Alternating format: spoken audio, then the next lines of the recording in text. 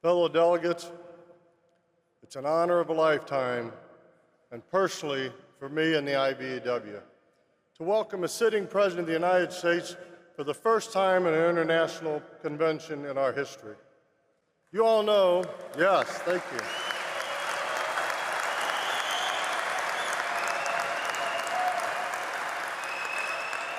You all know that Joe Biden is the 46th President of the United States. He delivered on a massive infrastructure law that put hundreds of thousands of Americans and IBEW members to work. He took the reins last year in the depths of the COVID crisis. And look at us today, finally here together in this convention. We all wondered if it was going to be possible, but President Biden successfully marshaled the federal government's pandemic response, and here we are. It was only a few years ago when Biden wasn't sure that he was going to run.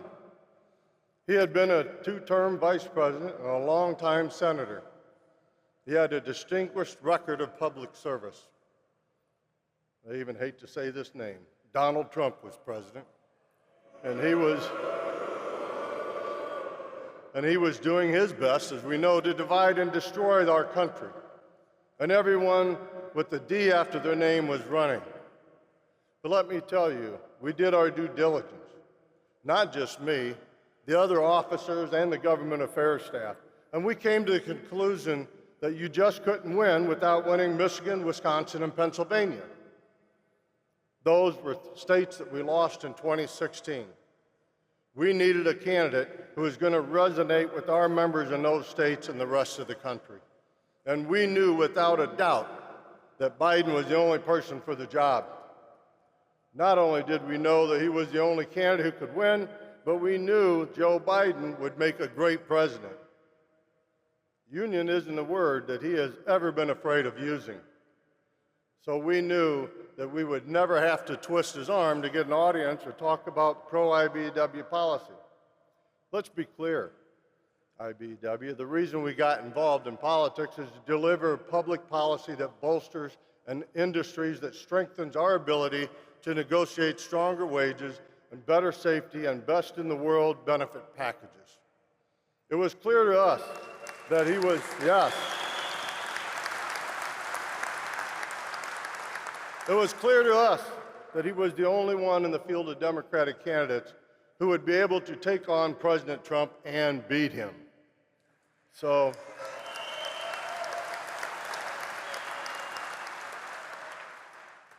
back in 2018, I sat down with then Vice President Biden, and we were both on the campaign trail in Madison, Wisconsin, after going after Scott Walker, who we kicked out of Wisconsin, by the way.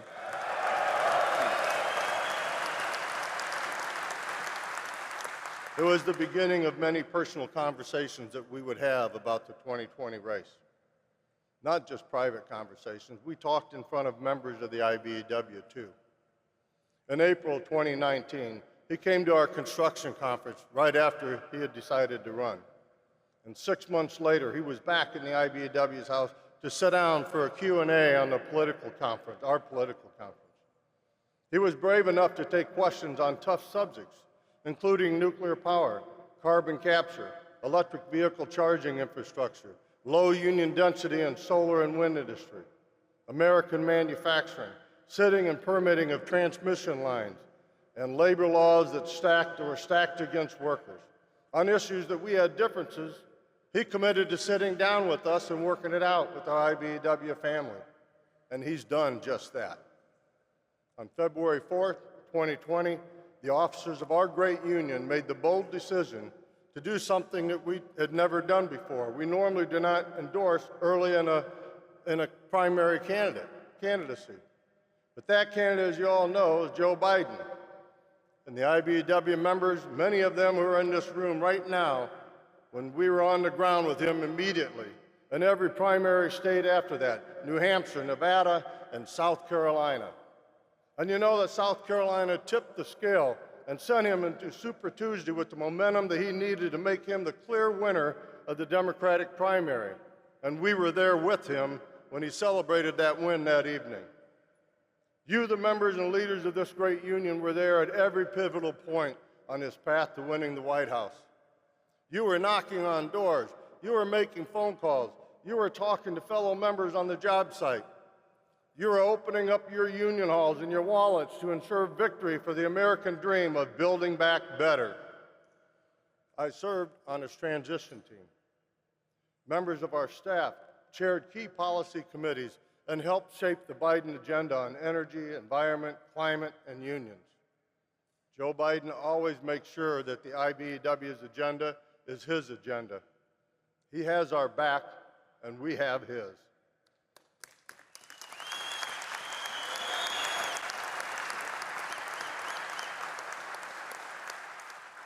I've always known Joe Biden to be a man of his word.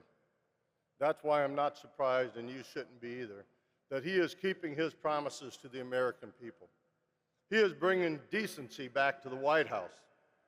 He is the first president in a long time to talk about unions and the labor movement's role in restoring the middle class and building our country back better.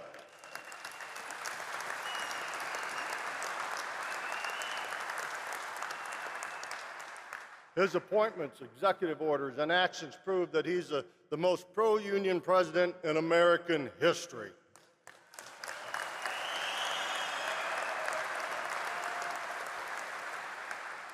And as leaders, it is on us to make sure that the members of the IBEW know how much these actions are helping us all. He signed the Butch-Lewis Act, saving the multi-employer pension system, protecting the benefits of millions of workers and retirees. In fact, he demanded that it was included in the first bill he signed, the American Rescue Plan. He designed then and pushed through a bipartisan fashion the largest investment infrastructure in American history. It will create, yes, it will create 1 million jobs every year for the next 10 years. It puts the most money we have ever seen into core industries of the IBEW, things like the electric grid, broadband build-out, Amtrak, upgrades to our ports. And he made damn sure that they had labor standards and Buy America rules attached. He nominated Marty Walsh as Secretary of Labor.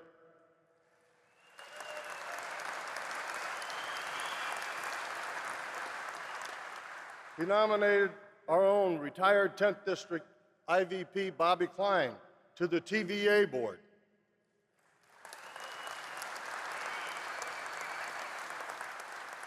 He created the Office of Energy Jobs at the Department of Energy and appointed our sister, Jennifer Kropke, to be the first director of that department. Now, that is just a few of the many dozens of union members and staff who are playing key roles in his administration. When he travels, he visits IBEW work sites and training centers.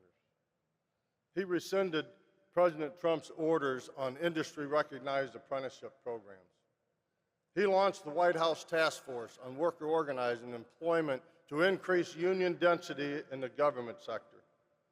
He signed an executive order mandating, not suggesting, mandating project labor agreements on federal construction projects.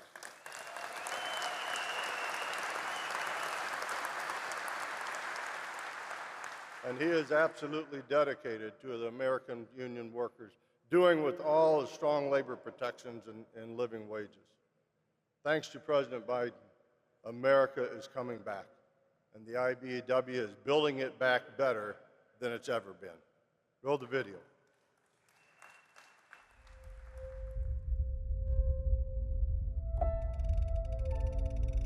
As my dad used to say, job's about a lot more than a paycheck. It's about your dignity, your place in the community, being able to look your kid in the eye and say everything's going to be okay. I've long said America wasn't built by Wall Street. It was built by the middle class, and unions built the middle class. Because I've noticed when folks are getting paid a decent wage, everybody in the community does better. Everything looks better. They're jobs you can raise a family on. When unions win, workers across the board win. That's a fact. Families win, community wins, America wins, we grow. I said, I want to make it clear, I'm a labor guy.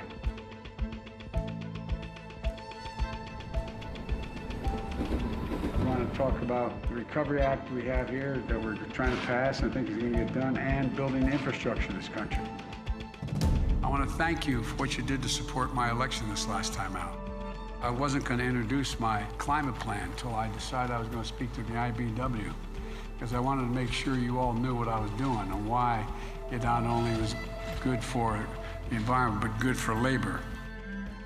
We're going to update our power grid, which, as you saw what happened in Texas last year, there's a lot we can do. It's going to generate, and Lonnie, your output is going to be awful busy. The International Brotherhood of Electrical Workers is ready to work with business and elected officials in building a new clean energy economy and a 21st century infrastructure. American Jobs Plan will create jobs that lay thousands of miles of transmission lines needed to build a resilient and fully clean grid. President Biden's talking about bringing jobs back to the United States and good-paying manufacturing jobs. And more importantly, he says union jobs. Electrical workers, IBEW members installing 500,000 charging stations along our highways so we can own the electric car market.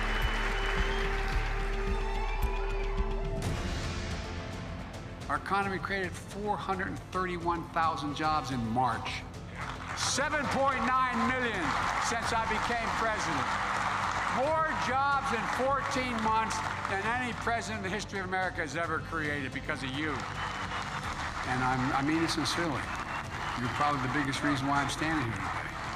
That we're going to build this economy, not from the top down anymore, but from the middle up and out. That's how you build America. Because we know that when the middle class does well, the poor have a way up and the wealthy are just fine. That's exactly what we're doing. And by the way, the reason there is a middle class is because of unions. Unions. Fact. Unions. That's a fact. The State of the Union is strong because you, the American people, are strong. You'll never have a better friend in the White House. I guarantee it.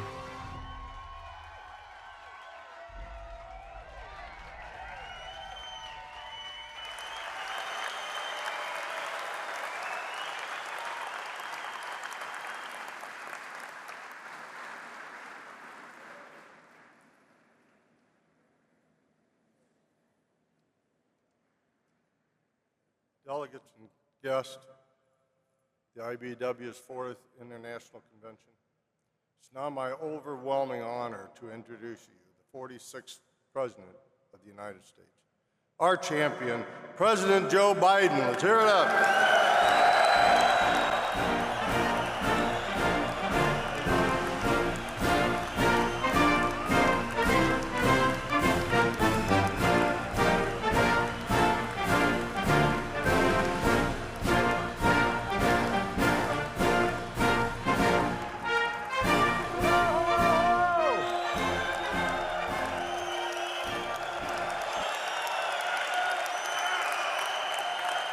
Thank you, thank you, thank you. I want to start off by saying two things. Number one, the only reason I'm standing here as your President of the United States of America is because of the IBEW came on with me early.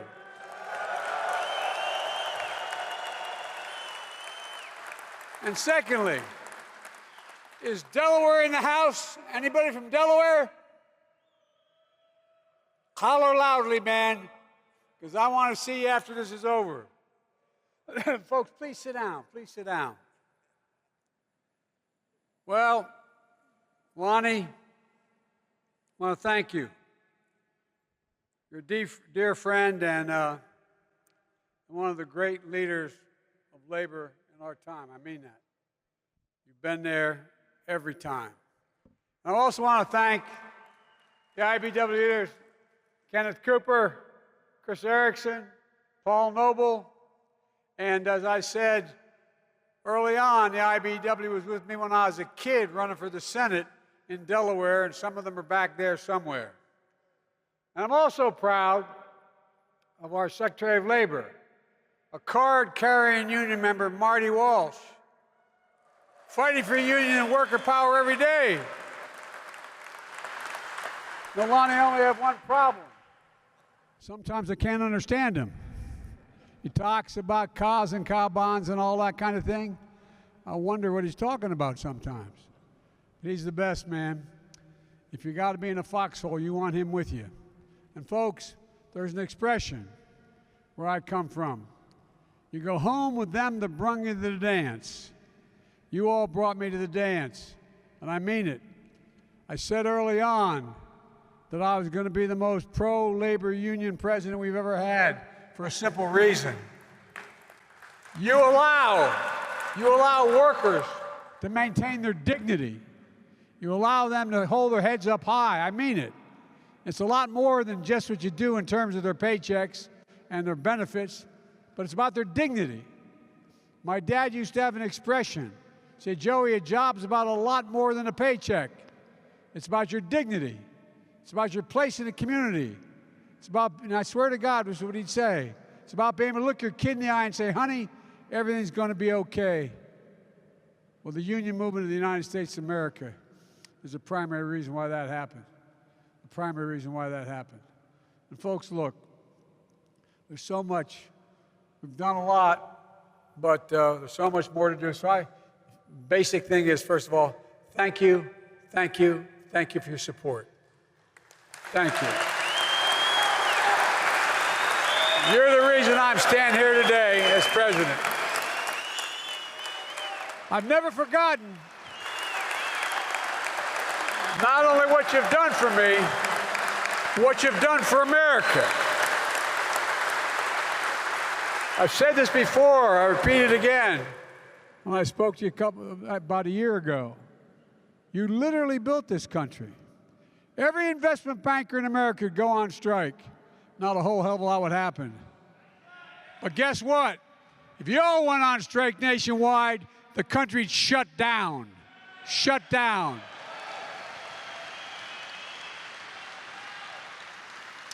You've heard it 1,000 times when I was running for office. 1,000 times. The middle class built this country. Your plan was to build this economy around you, from the middle up and the bottom down, the bottom up. I'm so sick and tired of trickle-down economics. It only trickles to a few people. When the middle class does well, the poor have a way up, and the wealthy do just fine. As I said, Wall Street didn't build this country. The middle class did, and unions built the middle class. Not labor, unions built the middle class. That's a fact. That's a fact. And with your help, we're seeing the strongest job creation in modern times. We inherited an economy on the brink of a Great Depression. Millions of people losing their jobs, losing their homes, but even more importantly, losing hope.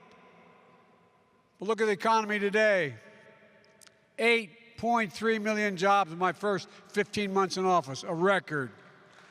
The unemployment rate now stands at 3.6%, the fastest decline in unemployment, the start of any president's term on record. Jobs and companies are coming home again. We're making Buy America a reality, not just a slogan.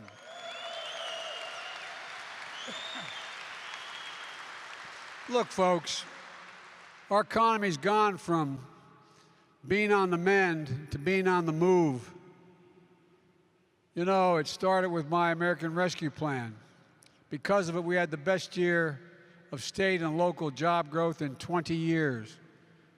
We gave governors, great governors like the one in this state, we gave them a whole lot of money. We added back 460,000 jobs. Critical state and local workers, educators, firefighters, police officers. This includes a record 279,000 education jobs in 2021 because they didn't have the tax base to be able to hire them. The American Rescue Plan provided eviction relief, funding for states and cities to allocate to landlords and renters, help them keep a roof over their heads. 5 million households. Remember those long lines you'd see on the television? People lining up in all kinds of vehicles just to get a box of food in their trunk. How quickly we forget. People were hurting. And what did the MAGA crowd want to do? Forget it. Forget it. God, this is the United States of America. The idea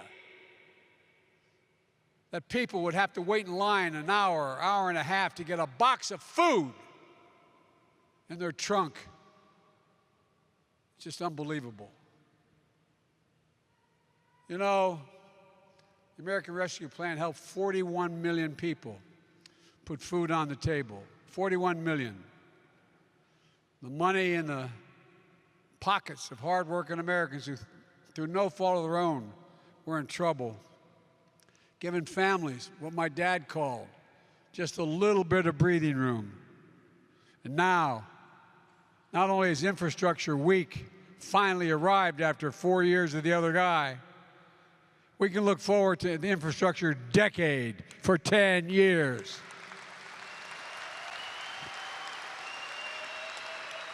It's a fact. I know you're all over the country, and the projects are coming to you. It's not just for years, for the next decade, 10 years. Here in Illinois alone, there are over 6,000 miles of highway, 2,300 bridges in poor condition.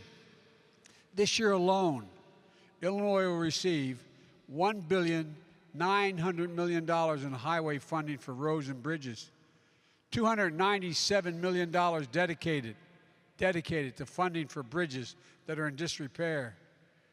You know, I was going to Pittsburgh a couple months ago. I like Pittsburgh, man.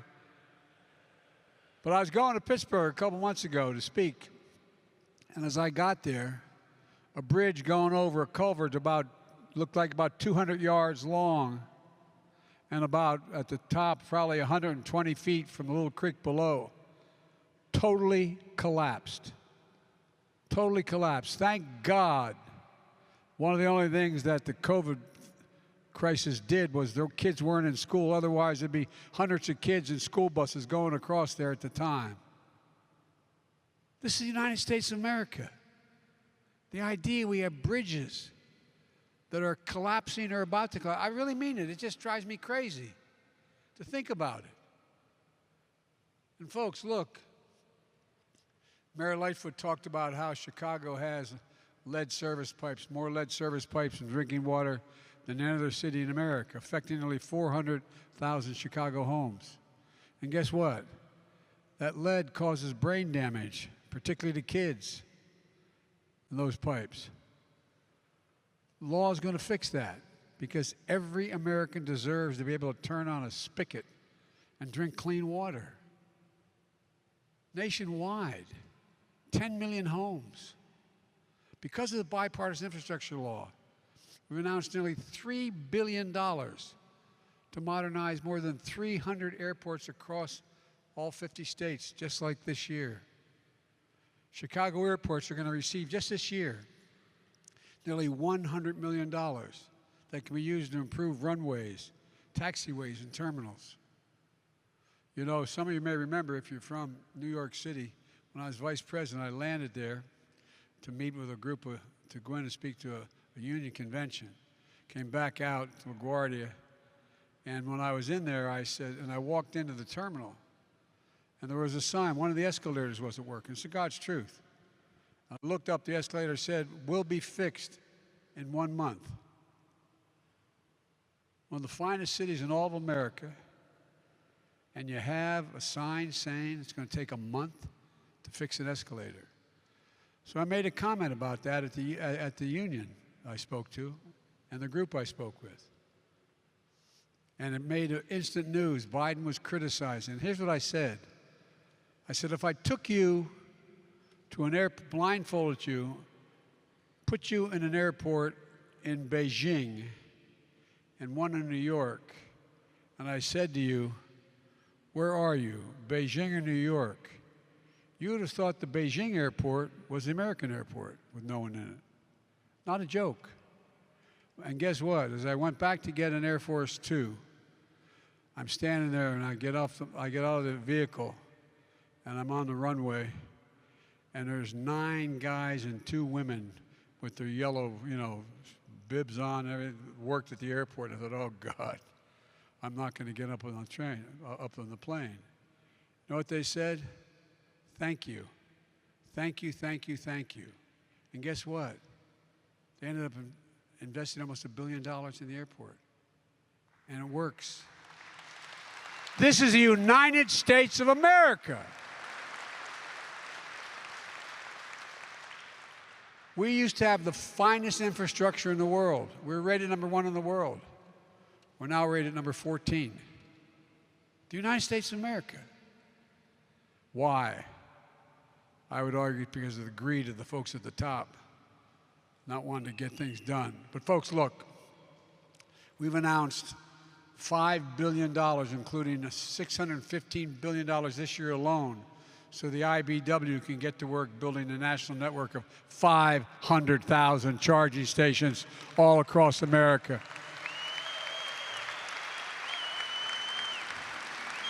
And guess what? This guy here is part of the reason. Not a joke.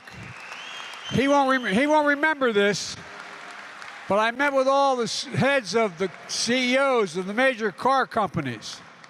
And you may remember General Motors back then, when I first got elected, was suing California because they said they had a higher standard for emissions than other states, and they couldn't have a local standard higher than the federal standard. And so I talked to Mary Barry, and about 2 weeks later she called me and said, we're dropping our suit. We're dropping our suit. And I listened, and she said, electric by 2035. Guess what?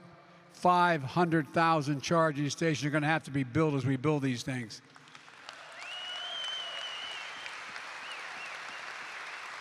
And I think this guy's partially to blame.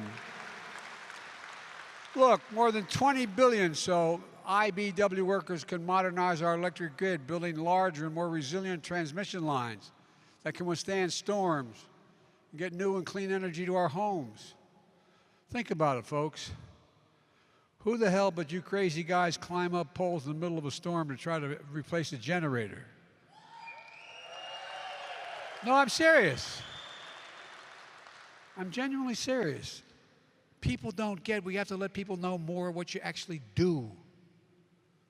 We're investing $65 billion so that highly skilled and certified IBEW members can deliver affordable, high-speed internet everywhere, rural, urban, suburban.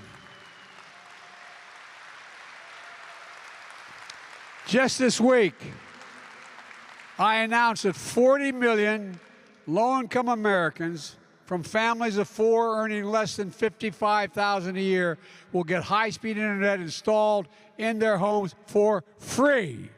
Free. Free. And we worked it out with the internet companies. Nearly 40% of households in America will qualify. We can't be a country where a mother has to drive up to a McDonald's parking lot in the evening with her child just so he can get on the internet to do his homework. Again, this is the United States of America, for God's sake. And what this means to all of you is good-paying union jobs. Jobs you can raise a family on. Jobs that can't be outsourced. This law is about more than rebuilding infrastructure. It's also about rebuilding the middle class. As I said, unions built the middle class.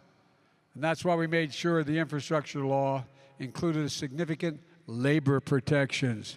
For example, the overwhelming majority of the funds included in the law are subject to Davis-Bacon requirements.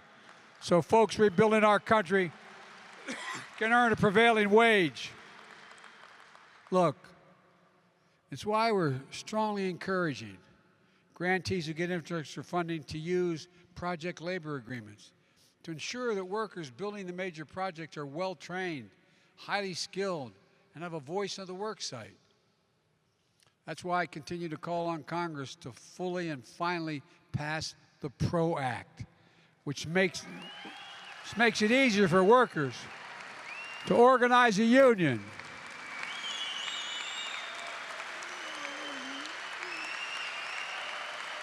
You know,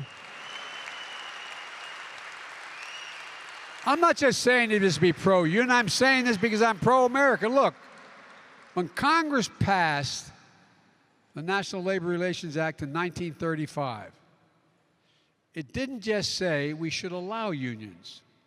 Everybody forgot this for a long time. What it said is we, the federal government, should encourage unions and collective bargaining. That's what it said. There was a reason for that. Let's be clear for our Republican friends. You can't say you're for working people and vote against the PRO Act. It's not consistent. Look, you all know why this matters. Union members get higher wages, better benefits and health insurance, paid leave, protections against discrimination and harassment, and safer and healthier workplaces. But there's another reason. Workers join unions to gain power. That's what it's about. The only way to match power is with power. It's the only way it can be done. You can't count on the good graces of major corporations to decide they're going to help. Power is needed to be exerted to deal with power. Power over decisions that affect your lives. Unions provide, in one word, democracy. Rebuilding America with union labor is also smart for business. This is the point I make, and by the way, I'm not getting many arguments from CEOs. Smart for business. Why? When union workers are on the job, projects are completed efficiently and professionally, and they ultimately save money. For folks at home, maybe you're not in a union or know anyone who is in a union, but know this, it's hard work. You got to earn it. Ask a journeyman electrician, anyone journeyman electrician here today. I'm serious, think about this. And you guys got to talk, with all due respect, you got to talk more about this. The fact is it takes 4 to 5 years as an apprentice, 8,000 hours of training. Now granted, you get paid when you're doing it, but the power goes out in the storm. Why do you think, who climbs up that pole while the snow and the rain are still coming down? Union workers, the best workers in the world. You're the most, this is not, again, I'm not trying to be nice to you all. I mean this sincerely. Why, if you have the capacity, would you not hire a union worker, whatever the job is, not just IBEW, a union worker, to do the job? Seriously. We all talk about you go to college for 4 years. Well, guess what? When you got to be an apprentice and it takes up to 5 years to get your apprentice to go through the program, you're getting a hell of an education. You're working like hell. That's why you're the most qualified people in the world, not just here, in the world. And we're beginning to see the effects of unions and the impact on everything from what you see going on in Ukraine right now. Our stuff isn't falling apart. Theirs is. Theirs is. No, I'm serious. So folks, the quality of work is good for the American taxpayer. We're not costing the American taxpayers money, we're saving them money. No, you guys don't say this enough, and quite frankly. If you don't mind my saying so, all in the family here, you don't say it enough. It's good for families in every neighborhood where infrastructure projects are underway. Look, but here's the deal. Building an economy from the bottom up and the middle out doesn't happen by itself. For example, I know folks are concerned about inflation. I come from a family, and I mean this sincerely like most of you, where the price of gasoline went up significantly, the price of food went up. That's what we talked about at the dinner table and the kitchen table. It meant a lot. We felt it. We felt it.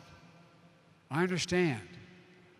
That's why I've got a plan to lower the cost for everyday things that make most people who work to have, who need. And that would have fundamentally changed the standard of living if we just made things more affordable. There's more than one way to deal with the impact on a family than what we're doing, and we're going to beat inflation. But beyond that, it's all about the quality of life. You know, I remember my dad used to say, if he had an opportunity, my dad, I guess, made back in the late 60s, he probably made the equivalent of $20,000 a year. It wasn't a bad salary, but it wasn't great. He had 4 kids. And if someone came along and said to my dad, I can guarantee that your salary is going to go up $500 a year every year for the next 10 years, or we can make sure your kid can go to college with a lot cheaper than it costs now.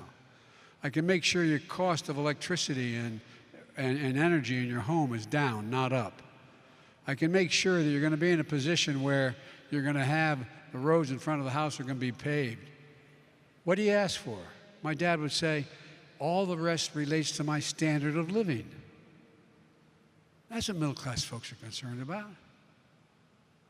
And not being embarrassed in front of their kids when they can't do something that they know they should be able to do for them. I really mean it. Again, it gets back to a word that's probably overused in my house, as my grandfather would say, maybe it's the Irish of it, but the word dignity. Just simple dignity.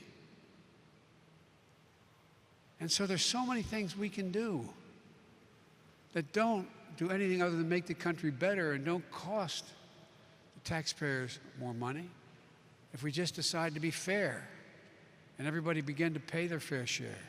Look, folks, you know, example of my plan would be to let Medicare negotiate the price of prescription drugs like the Department of Veterans Affairs does.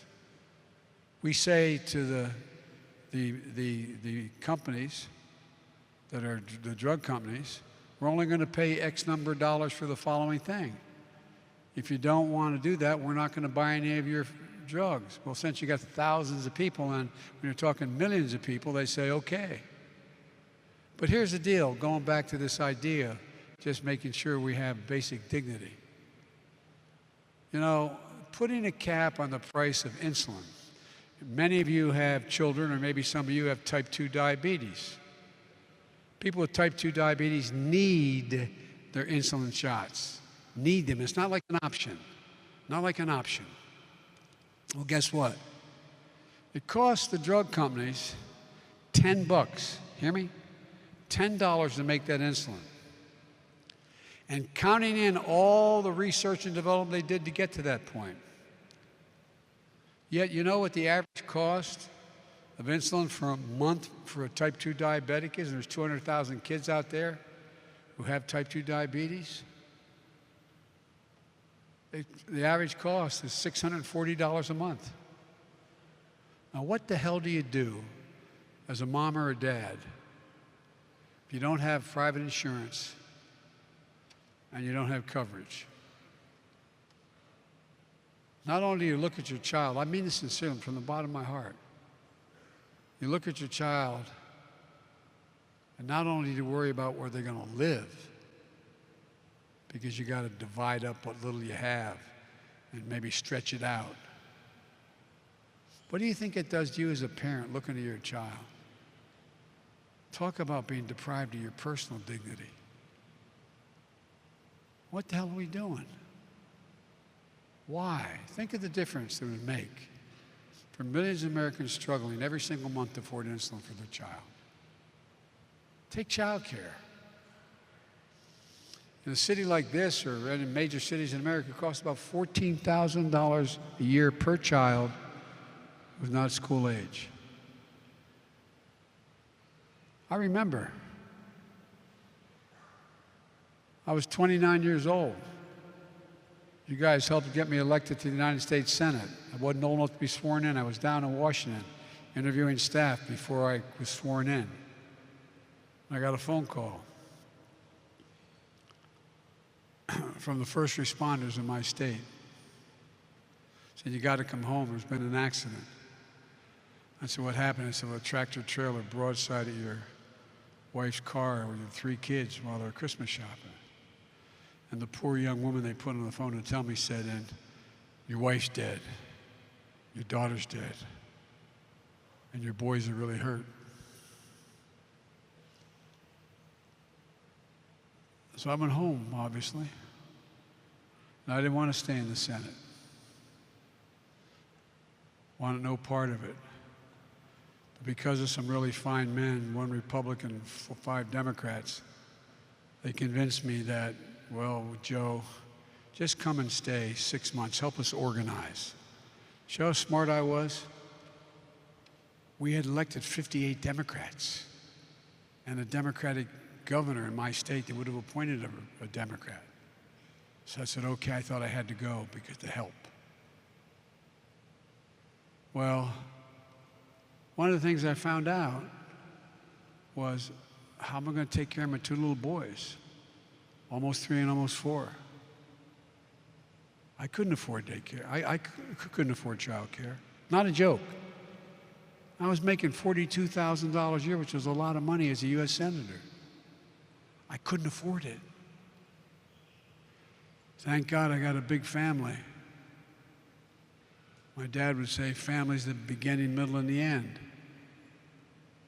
My sister moved in. I bought an old farmhouse. My brother was single, moved in, took a barn and turned it into an apartment. Every morning I'd drive to the train station to drop my kids off at my mom's. I had a lot of help.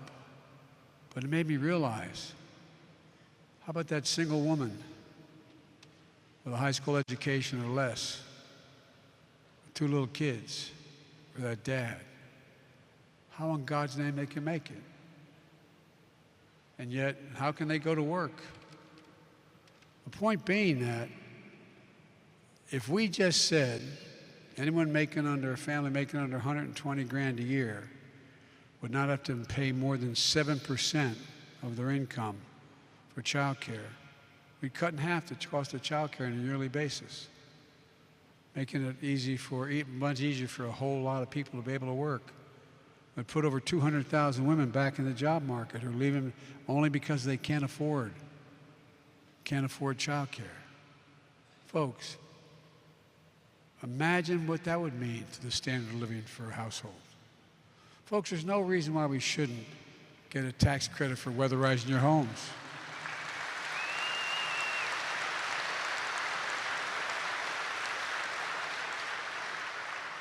Make it more efficient to buy electric vehicles. My plan does that. I met with nearly a dozen CEOs of America's largest utility companies. Literally a dozen of them came to see me. They confirmed that if we pass the investments allowing families to, if they weatherize their homes, to write it off a tax credit, it will immediately lower the bills of these families to an average of $500 a year. We can do these things without making a lot of sacrifice. We just ask the large corporations, the wealthiest Americans, just to begin to pay part of their fair share of taxes. No one making less No one making under $400,000 a year, I promise you, will pay an additional penny in federal taxes. I said that in the beginning, and I've kept that commitment. Meanwhile, right now, the average billionaire, there's about 790 of them or so in America. You know what their average tax rate is? 8%, E-I-G-H-T, 8%. Now, in federal taxes, well, most of you are likely paying 2 to 3 times that much.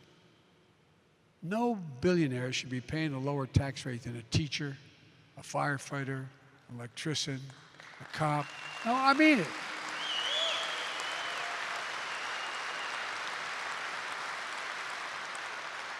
And they shouldn't be paying 90% either. If we just move the tax rate back to 39%, we'd have enough money to pay for all these things. For them. For people making tens of millions of dollars.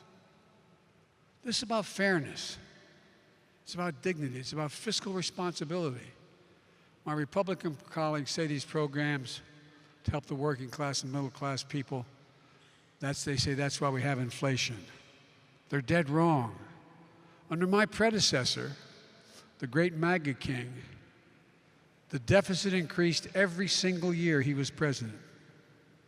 The first year of my presidency, the first year, I reduced the deficit, literally reduced the deficit by $350 billion.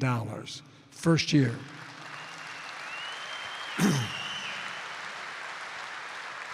And this year, we're on track to cut the federal deficit by $1.5 trillion, the biggest decline in debt ever in American history. It matters to families because reducing the deficit is one of the main ways that we can ease inflationary pressures. But pay close attention. I believe in bipartisanship. Right now, the majority of our Republican friends just see things differently. They don't want to solve inflation by lowering the cost. They want to solve it by raising taxes and lowering your income. Now, you think I'm making this up. If I didn't see the actual document, I'd think I was making it up. I think it's good, a good thing when American families have more money in their pockets. American workers deserve a raise. All this concern, wages went up 5%. Oh my God. I thought that we're supposed to see happen. The Republicans in Congress have proposed a plan that will make working families, American families, poorer. Now, I'm not usually just discreet about my Republican friends. I get along with a lot of them, used to anyway. But Senator Rick Scott, a Republican from Florida, laid out a plan in writing. I call it the Ultra MAGA plan, Make America Great Again plan. It's in writing. And here's what it does. It raises taxes on 75 million American families, over 95% of whom earn less than $100,000 a year in a combined income. It would raise taxes by nearly $1,500 per family. It's all in writing. Go online. They got it backwards. I proposed a minimum tax for billionaires, but congressional Republicans have proposed a minimum tax for teachers, firefighters, and electricians. And while on this, 55 of the Fortune 500 companies in 2020, 55 of them paid zero in federal taxes after making $40 billion. $40 billion, zero in federal taxes. You didn't write. I proposed a minimum tax for corporations that asks them to pay their fair share in taxes. Senator Scott's plan lets them off, no pun intended, scot-free. I want to strengthen Social Security benefits to make folks who've worked their whole lives and paid into it be sure they have it. I want to give Medicare the power to negotiate drug prices. I want states to continue to expand Medicaid. And the Ultra MAGA Republicans' proposal here's what it does. It puts Social Security, Medicare, this is the Republican plan now, the only one out there, and Medicaid on the chopping block every 5 years. Here's how it works. Their plan explicitly states that every 5 years it will require a vote on whether or not to continue each of these programs. Republicans in Congress want to put Medicare's very existence up for a vote every 5 years. Same with Social Security and Medicaid. Now really, ask yourself, how well are you going to sleep at night knowing that every 5 years, everything you paid into may not be there? This is serious. The MAGA Republicans are going to vote on whether you'll have Social Security, Medicare, or Medicaid, and what amount you get. Every 5 years, it's reconsidered. Now, I have to admit, it's unlikely they'll vote Social Security totally out of existence. But what do you think they're likely to do if this were to pass? I've spent in Congress a long time. I was pretty good at what I did in Congress. I guarantee what they do every 5 years, they'll hold hostages to get their way. They'll say, if in fact you don't vote for this particular thing, we're going to cut Social Security, we're going to cut Medicaid, we're going to cut whatever. The idea you'd have to renegotiate Social Security every 5 years. I mean, this is in writing. Look it up. You know, they're going to say, if you don't stop investing in clean energy because we don't like it, we don't think there's global warming, we're going to cut the following. Folks, it's not who we are. So we've got to keep fighting for an economy that's about fairness, dignity, and opportunity. That's about America. About America. And folks, you know, my mother used to say, out of everything bad, Joey, something good will happen if you look hard enough for it. So let me close with this. Last month, I visited the main airport in Portland, Oregon, which is undergoing major renovations being funded by the bipartisan infrastructure law. I met a woman named Lauren, IBW Local 48.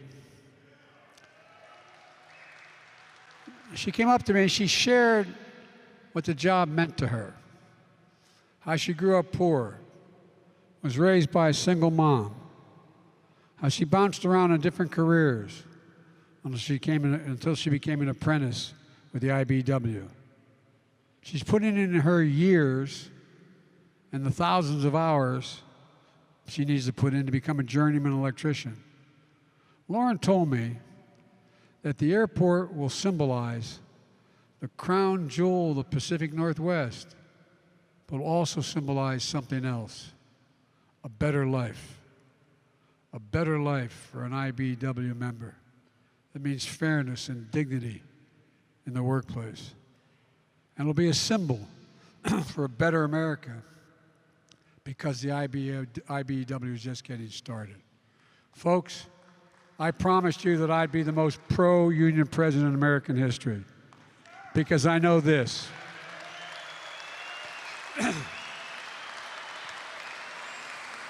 And in crisis, America always counts on you.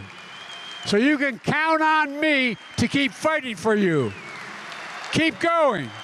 Keep building. Keep the faith. God bless you all, and may God protect our troops. Thank you, thank you, thank you, thank you.